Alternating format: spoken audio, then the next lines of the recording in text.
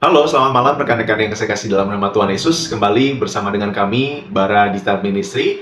Malam hari ini kita akan kembali belajar firman Tuhan bersama dengan Pak Alex Nanlohi. Dan kita malam hari ini akan belajar bagaimana Allah menjadi pahlawan bagi kita. God is the true hero. Dan kita mau belajar dari Daud. Teman-teman pantengin dari awal hingga akhirnya. Kalau ada komentar, ada kesaksian mengenai apa yang kita pelajari, silahkan menuliskannya di kolom komentar. Dan sebelum kita akan belajar, kita berdoa.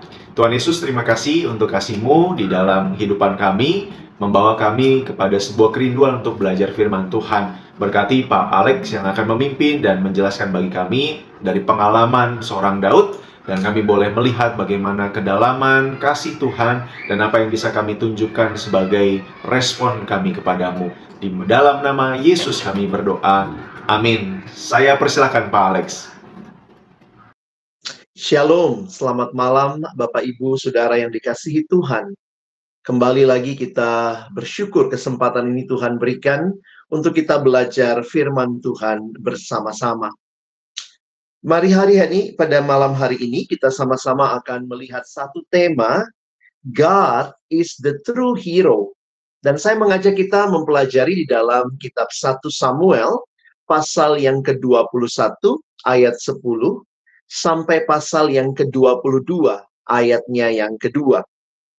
Kita akan melihat perjalanan Daud yang ketika itu dikejar-kejar oleh Raja Saul. 1 Samuel 21, mulai dari ayat yang ke-10. Kemudian bersiaplah Daud dan larilah ia pada hari itu juga dari Saul, sampailah ia kepada Akis, raja kota Gad. Pegawai-pegawai Akis berkata kepada tuannya, "Bukankah ini Daud, raja negeri itu?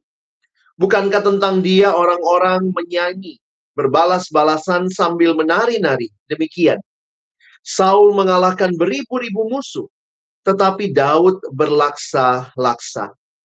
Daud memperhatikan perkataan itu, dan dia menjadi takut sekali kepada Akis, raja kota Gad itu. Sebab itu ia berlaku seperti orang yang sakit ingatan di depan mata mereka dan berbuat pura-pura gila di dekat mereka. Ia menggores-gores pintu gerbang dan membiarkan ludahnya meleleh ke janggutnya. Lalu berkatalah Akis kepada para pegawainya, "Tidakkah kamu lihat bahwa orang itu gila? Mengapa kamu membawa dia kepadaku? Kekurangan orang gilakah aku? Maka kamu membawa orang ini kepadaku, supaya ia menunjukkan gilanya dekat aku? Patutkah orang yang demikian masuk ke rumahku?" Lalu Daud pergi dari sana dan melarikan diri ke Gua Adulam. Ketika saudara-saudaranya dan seluruh keluarganya mendengar hal itu, pergilah mereka ke sana mendapatkan dia. Berhimpunlah juga kepadanya setiap orang yang dalam kesukaran, setiap orang yang dikejar-kejar tukang piutang, setiap orang yang sakit hati, maka ia menjadi pemimpin mereka. Bersama-sama dengan dia ada kira-kira 400 orang. Bapak Ibu Saudara yang dikasihi Tuhan, kalau kita memperhatikan kisah ini adalah perjalanan pelarian Daud dari kejaran Raja Saul. Kita bisa melihat kota-kota yang dia kunjungi. Kalau nanti Bapak Ibu membaca juga di dalam konteks 1 Samuel mulai pasal 19, 20, 21, dan 22, kita melihat Daud lari dari Saul ke tempat-tempat yang kita bisa lihat di dalam peta yang ada. Menarik untuk memperhatikan bahwa di dalam setiap pelarian itu, Tuhan meluputkan Daud. Salah satu hal yang menarik untuk kita perhatikan bahwa kisah seperti ini bukan hanya dicatat di dalam kitab Samuel, tetapi kita juga bisa melihat di dalam catatan Daud, khususnya di dalam kitab Mazmur. Nah, saya ingin mengajak kita membandingkan, melihat bagaimana kisah yang kita baca di 1 Samuel ini dengan apa yang Daud tulis di dalam Mazmurnya. Nah, salah satu teladan yang nyata dalam Alkitab tentang orang yang hidupnya berkenan kepada Tuhan adalah melalui teladan Daud. A man after God's own heart. Dan perhatikan mengapa Daud disebut seorang yang berkenan kepada Tuhan. Apakah dia tidak pernah berbuat salah? Oh, tidak demikian. Tetapi ini yang kita akan pelajari sama-sama. Apa yang menjadi kunci rahasia Daud disebut orang yang berkenan kepada Tuhan? Nah, hal ini sangat nyata saudara dan saya bisa pelajari di dalam hidup Daud yang bukan hanya sebagai seorang warrior, sebagai seorang yang berperang begitu rupa, tetapi di dalam hidupnya sebagai seorang seniman. Khususnya kalau kita mempelajari tulisan-tulisan puisi-puisinya di dalam kitab Mazmur. Kalau Bapak Ibu Saudara memperhatikan kitab Mazmur dan tahu latar belakang Daud, maka kita mengenal juga Daud adalah seorang yang pandai memainkan kecapi dan juga membuat puisi. Paling tidak ada 73 Mazmur yang ditulis oleh Daud. Dan karena ini adalah bahasa yang puitis, Bapak Ibu Saudara, maka perhatikan, ini seperti memberikan kita jendela untuk boleh melihat ke dalam jiwa Daud. Ingat, Daud berkenan di hadapan Tuhan bukanlah karena ia seorang yang tidak memiliki cacat sedikit pun. Tetapi apa yang kita akan pelajari menolong kita memahami apa yang menjadi alasan Daud disebut sebagai seorang yang berkenan di hadapan Tuhan. Saya mengutip kalimat dari John Calvin ketika melihat tentang Daud dan Mazmur-Mazmurnya. John Calvin mengatakan Daud itu seperti cermin di mana Tuhan memperlihatkan kepada kita aliran kasih karunia-Nya yang terus-menerus. Dan Daud mengalami apa artinya mempraktekkan kehadiran Tuhan. Mazmur yang terkait dengan apa yang kita baca tadi adalah Mazmur 56, Bapak Ibu Saudara, dalam 14 ayat yang akan kita baca bersama-sama. Saya sengaja mengambil langsung dari Alkitab cetak, supaya kita bisa memperhatikan strukturnya juga dan lihat catatannya. Di dalam Mazmur 56, kalau kita perhatikan konteksnya, LAI memberikan judul kepercayaan kepada Allah dalam kesusahan. Apa konteks latar belakang Mazmur? Tidak semua Mazmur diberitahukan kepada kita latar belakangnya. Namun menarik, Mazmur 56 diberitahukan kepada kita. Menurut lagu merpati, di pohon-pohon tarbantin yang jauh, Miktam dari Daud. Ketika orang Filistin menangkap dia di Gat. Dan itulah peristiwa yang kita baca. Bapak Ibu Saudara bisa memperhatikan di dalam catatan kaki. Mazmur 56 ayat 1 merujuk kepada 1 Samuel 21. Yang tadi juga sudah kita baca bersama-sama. Mari kita membaca apa isi Mazmur ini. Perhatikan seruan-seruan Daud. Ayat 2. Kasihanilah aku ya Allah, sebab orang-orang menginjak-injak aku. Sepanjang hari, orang menyerang dan menindas aku. Seteru-seteruku mengejar aku sepanjang hari. Ya, banyak orang menyerang aku dengan angkuh. Waktu aku merasa takut, aku percaya kepadamu. Kepada Allah yang firman-Nya kupuji. Kepada Allah aku percaya, aku tidak takut. Apakah yang dapat dilakukan manusia terhadap aku? Sepanjang hari mereka memutarbalikkan kata-kataku, senantiasa merancangkan yang jahat terhadap aku. Mereka bersekongkol dan menyergap, mereka mengamat-amati langkahku, sementara mereka mengincar nyawaku. Bagaimana mereka bisa terluput dengan kejahatan mereka? Runtuhkanlah bangsa-bangsa ini dalam murka-Mu, ya Allah. Sengsaraku telah Kau catat. Taruhlah air mataku ke dalam kirbat-Mu. Bukankah semuanya tercatat dalam kitab-Mu?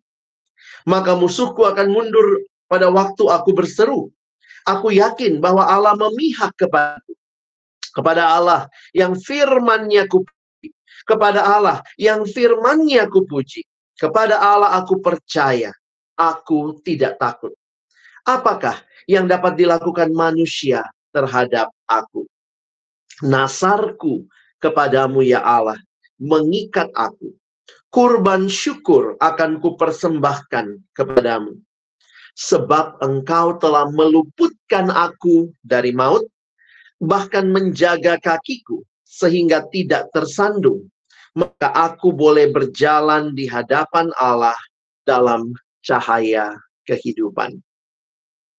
Bapak Ibu Saudara yang dikasihi Tuhan, menarik untuk membandingkan apa yang ditulis sebagai narasi di dalam 1 Samuel 21 dan 22 tadi, yang kita baca di awal, dan apa yang disampaikan Daud di dalam Mazmur ini, yang merefleksikan pengalaman dia di dalam pelarian, ketika khususnya dia ada di tempat di mana orang Filistin menangkap dia di Gad.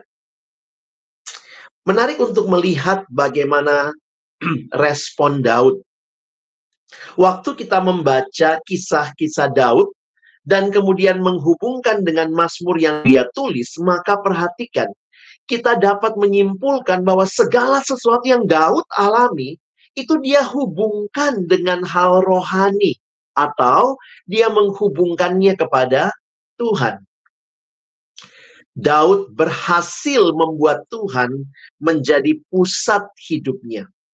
Saya pikir inilah yang menjadi kunci mengapa ketika kita membaca Daud disebut orang yang berkenan kepada Tuhan.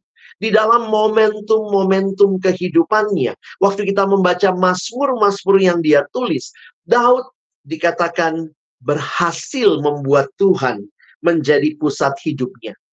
Dan sebenarnya kita sebagai orang percaya, anak-anak Tuhan, orang Kristen, juga harusnya mengalami kehidupan yang seperti itu. Seperti yang dituliskan oleh C.S. Lewis dalam satu bukunya. Dia mengatakan idealnya menjadi orang Kristen berarti setiap tindakan dan perasaan, setiap pengalaman, entah itu menyenangkan atau tidak, harusnya dihubungkan dengan Tuhan. Inilah yang seharusnya saudara dan saya juga alami di dalam kehidupan kita. Dan mari belajar dari Daud yang sudah kita baca Mazmurnya. Apa yang bisa kita pelajari?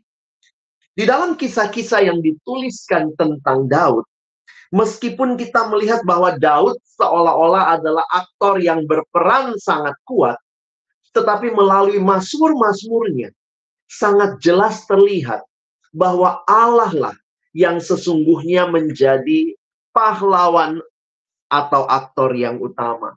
God is the true hero.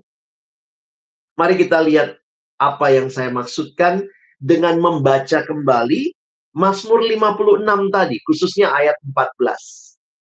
Perhatikan, sebab engkau telah meluputkan aku daripada maut, bahkan menjaga kakiku, sehingga aku tidak tersandung. Maka aku boleh berjalan di hadapan Allah dalam cahaya kehidupan.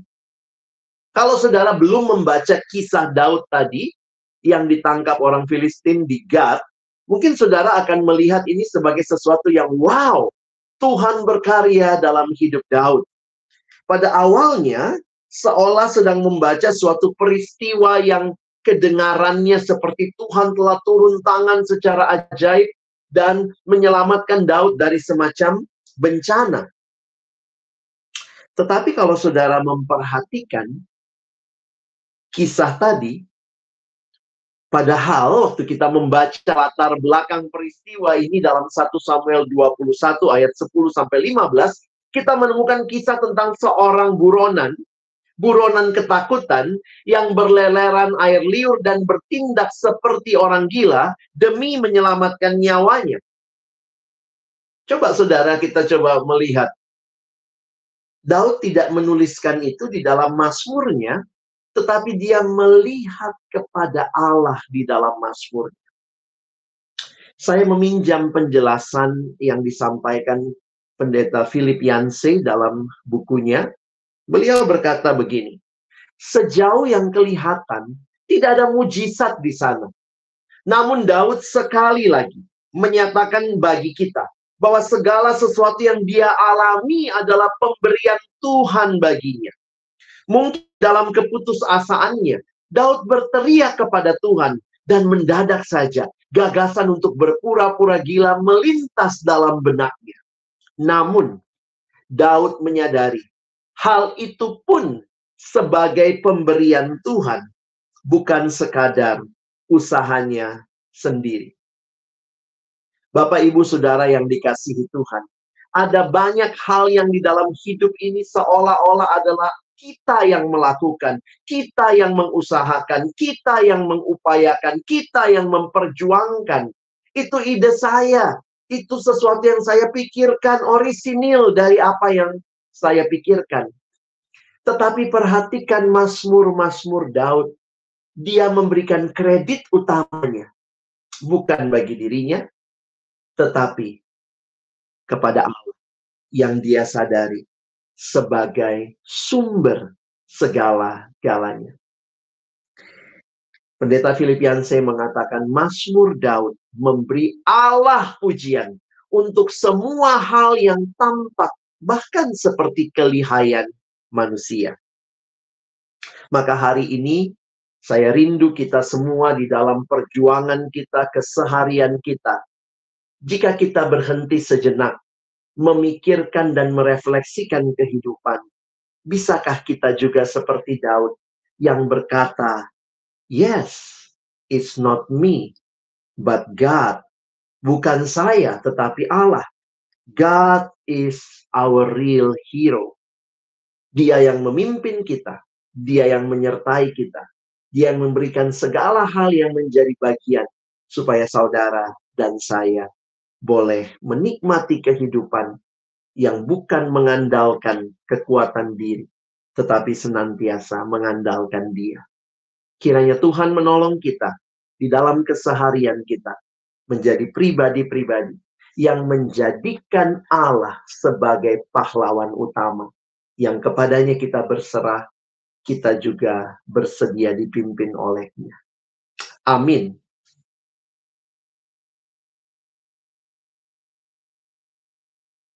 Dari Daud di bagian perjanjian lama tadi menolong kita, dan sambungannya dalam Mazmur yang sampai di titik betul ya, kenapa di pertanyaan yang cukup relatif juga banyak dipertanyakan gitu ya, kok peristiwa itu Daud seolah-olah nggak punya pengharapan, nggak punya Allah untuk diandalkan, tapi ya, kita hari ini dicerahkan ya teman-teman semua untuk melihat ternyata maknanya seperti itu yang juga disampaikan oleh Pak Alex malam hari ini. Nah, ini kan bicara tentang tadi ya, God is the true hero, Pak. Ketika tadi Pak Alex juga menyampaikan kreditnya semuanya untuk Tuhan gitu ya, ketika Daud mengalami hal itu.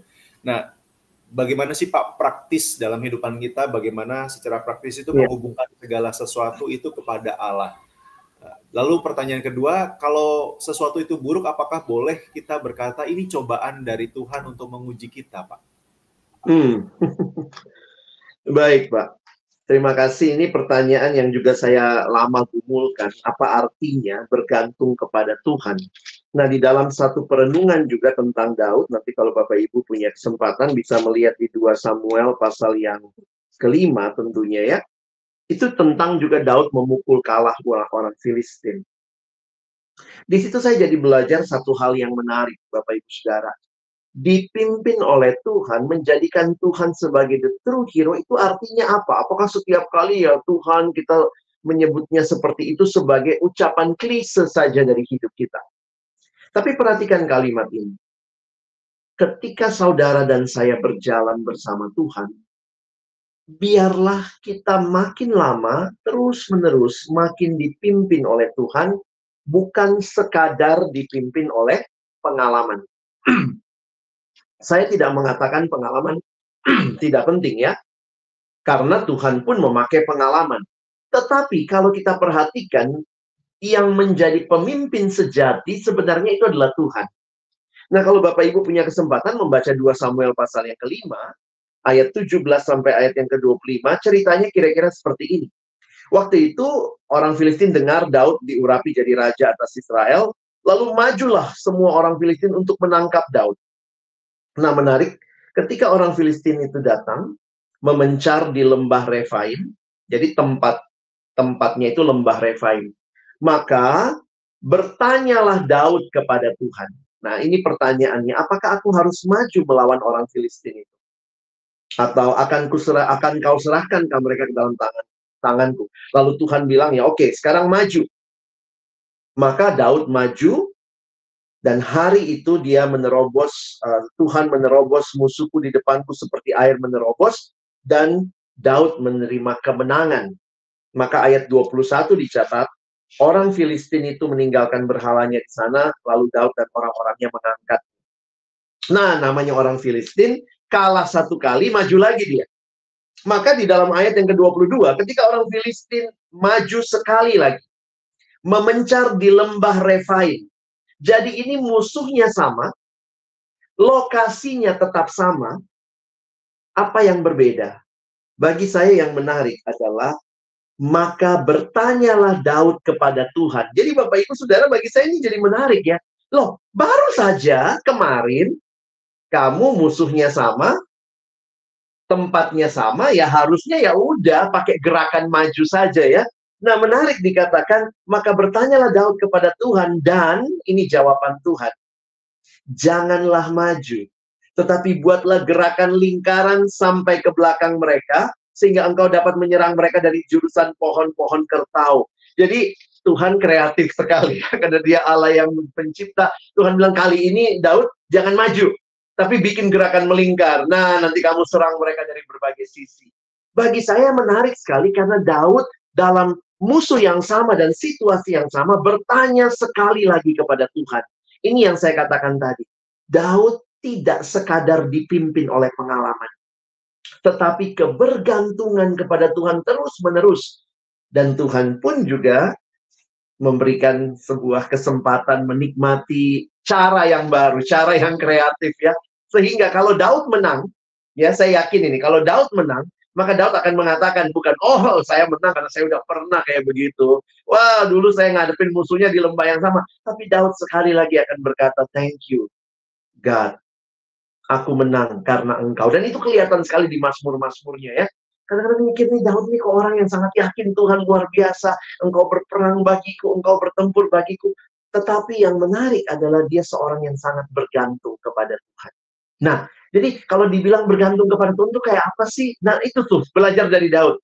Bahkan setiap hari ketika Bapak, Ibu, Saudara, dan saya melakukan hal yang sama, pergi kerja, pergi ke kantor, pergi ke sekolah buat anak-anak kita, mari kita berdoa, meminta penyertaan Tuhan. Sekali lagi Tuhan pimpin kita. Rapat yang sama dengan mungkin tender tahun lalu akan dilakukan, tapi datang lagi dan meminta Tuhan berkarya, sehingga kehidupan kita tidak dipimpin oleh pengalaman saja, tetapi oleh Tuhan yang memberkati dan hadir di semua pengalaman kita. Nah, saya pikir itu yang paling ini ya, paling mendasar. Lalu kayak pertanyaan yang kedua tadi soal ini ya Pak, apa tadi? Kita ini kayaknya iya, seperti membesarkan hati gitu. Ini cobaan dari Tuhan untuk uji kita gitu. Iya, kita perlu untuk melihat dengan lebih utuh sih ya. Karena ingat, Tuhan tidak mencobai. Itu kalimat dalam Yakobus ya. Ada hal-hal yang terjadi yang dari Tuhan kita sebut sebagai ujian. Karena sebenarnya ujian itu menolong kita naik kelas. Sementara kalau pencobaan itu justru mau menjatuhkan kita. Makanya Alkitab mengatakan Tuhan tidak mencobai. Tetapi Tuhan dikatakan Tuhan menguji. Maka yang mana ujian, yang mana pencobaan, saya pikir sih lewatilah ya, tanpa kita berusaha mendefinisikan ini cobaan, ini apa. Tapi buat saya yang menarik gini, karena ketika pencobaan itu kita berhasil melaluinya dengan kekuatan dan pertolongan dari Tuhan, itu kan jadi seperti ujian buat kita juga. Jadi ini cara pikir yang saya lihat, kita harusnya tidak mempermasalahkan istilahnya saja, tapi kita melihat bahwa kita harus melaluinya, entah itu yang kita sebut ujian, pencobaan. Jadi jangan juga melindungi mungkin secara klise bilang wah ini cobaan ya, padahal ternyata kita malas. Nah itu yang kadang-kadang terjadi kan Pak ya. Saya ngantuk nih pagi hari di kerjaan, aduh cobaan dari Tuhan. Bahkan orang Kristen suka pakai istilah, aduh salibku hari ini aku ngantuk banget. Padahal tadi malam nonton bola sampai subuh. Jadi itu bukan salib ya, itu adalah konsekuensi dari tindakan yang tidak bijak yang saudara dan saya mungkin lakukan. Jadi hati-hati menggunakan istilah ini cobaan hanya untuk membuat kita lepas dari tanggung jawab dan seolah-olah ini semua salahnya Tuhan ya. Kalau saya jatuh, Tuhan sih kasih pencobaan begitu ya. Nah itu mungkin perlu kita kaji lebih jauh. Baik, terima kasih jawabannya Pak Alex. Tolong kita semua ya. Dan ini pertanyaannya begini Pak, ketika saya waktu dengar Pak Alex menjabarkan ini ada teringat gitu ya dari baik itu masa lalu saya begitu ya, tapi juga orang-orang yang di sekitar saya ketika misalnya agak susah untuk bersyukur, agak susah untuk apa ya tadi mengembalikan segala kredit itu kepada Tuhan karena jawabannya biasanya adalah loh memang ini semua karena saya. Nah kalau dari Pak Alex sendiri, ini kenapa sih Pak alasan terbesar? Apakah karena doa yang tidak dijawab sehingga melakukan usaha ya Tuhan kelamaan saya juga bisa ambil alih atau memang sedari kecil ya memang karena sudah dididik segala sesuatu usaha sendiri gitu ya.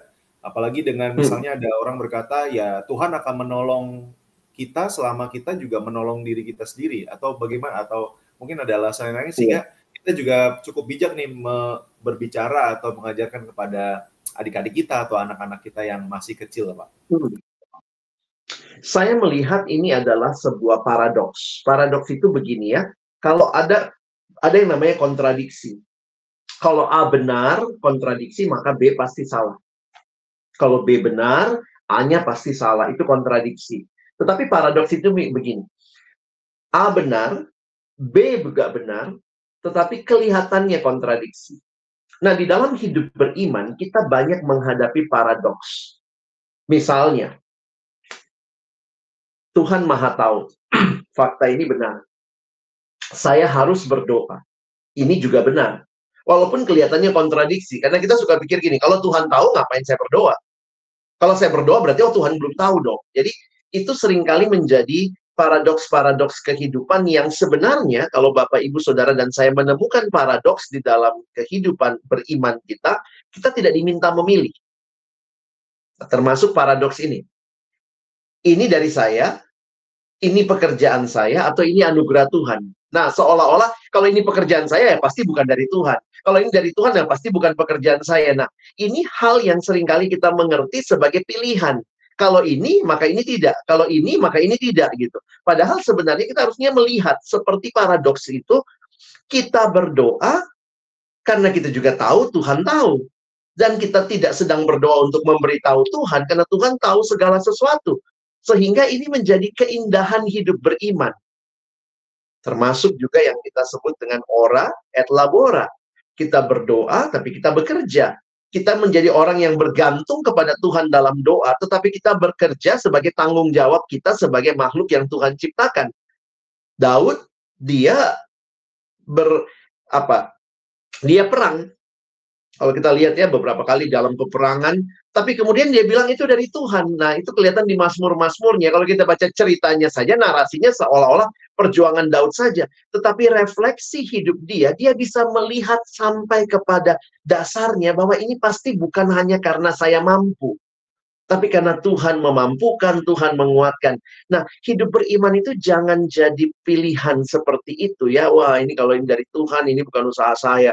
Kalau ini usaha saya, ini bukan dari Tuhan. Tetap do your best, and God also will do the rest, gitu ya. Tuhan akan lakukan bagiannya, tapi kita juga harus lakukan bagian kita. Jadi saya lihat ini bukan sesuatu yang harus dipertentangkan. Baik, setuju. Terima kasih Pak Alex, semakin menjelaskan buat kita semua ya, rekan-rekan semua. Dan buat rekan-rekan bisa nanti menyampaikan di kolom komentar kalau ada komentar atau ada pengalaman hidup yang sama serupa dengan apa yang dialami Daud dan kita semua. silakan, ini jadi sebuah kesaksian yang indah, nanti bisa selanjutnya dibacakan di tayangan selanjutnya. Dan buat rekan-rekan jangan lupa untuk terus mendukung pelayanan kami. Dan hari ini kita akan mengakhiri sesi ini. Terima kasih sekali Pak Alex. Kalau begitu demikian, tidak ada pertanyaan lagi untuk malam hari ini. Saya persilakan kalau ada closing statement dari Pak Alex dan selanjutnya menolong kita menutup di dalam doa, Pak. Baik, Bapak Ibu Saudara yang dikasihi Tuhan, kembali lagi seperti yang kita sudah pelajari malam hari ini, bahwa di dalam hal-hal kehidupan perjuangan kita, kiranya kita sebagai orang beriman menyadari bahwa Allah hadir dan bahkan Dia sumber segalanya. Sehingga perjuangan kita, segala hal yang kita lakukan di dalam keseharian kita, kiranya tidak membuat kita jadi sombong, jadi gegabah, jadi melupakan Tuhan. Tetapi justru makin membuat kita mengingat semua yang saya terima, semua yang saya mampu lakukan, ini semua sumbernya dari Allah. Sehingga mari kita belajar seperti Daud, menjadikan Allah pahlawan sejati di dalam hidup kita. Bukan kita, tetapi Allah. Dan kita melakukan bagian kita, dan Allah memberkati setiap yang kita lakukan. Mari kita berdoa. Bapa Surgawi, terima kasih buat malam hari ini. Terima kasih untuk firman yang disampaikan. Terima kasih untuk setiap hati yang terbuka di hadapan-Mu.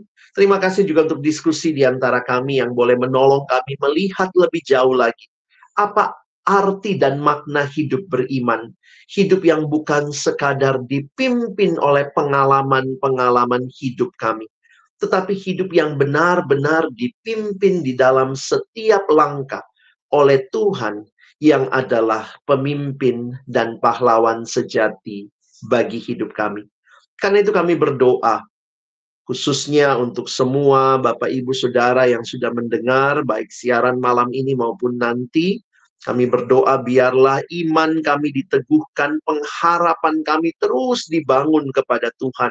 Sehingga kami tidak jadi orang-orang yang sombong dan melupakan Tuhan dalam hidup kami. Tapi dalam kerendahan hati kami boleh berkata, sungguh Tuhan, Engkaulah sumber segalanya.